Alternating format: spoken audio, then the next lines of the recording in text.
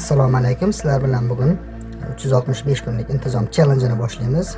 Bu yerda biz mana bu tanadan mana bu tanani shakllantiramiz. Mana shu 365 kun mobaynida. Buning uchun biz nima qilamiz? Sport bilan shug'ullanamiz.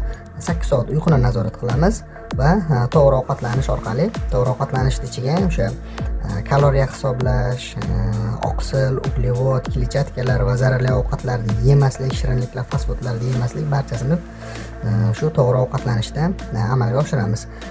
Bundan tashqari o'sha miyamizni rivojlantiramiz. Bu yerda kitob o'qish, shaxsiy rivojlanish, ya'ni badiiy kitoblar o'qish, dopamin detoks, ijtimoiy tarmoqlardan va o'sha bo'lmag'ur videolarda ko'rishdan, reelslarda ko'rishdan o'zimizni tiyamiz.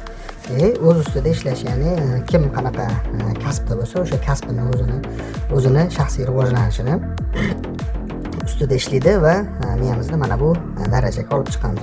365 kun mobaynida sizlar bilan shu aytganimdek sport, 8 soat uyqu va to'g'ri ovqatlanish orqali mana bu tanani quramiz. Demak, bizni kuzatib boring.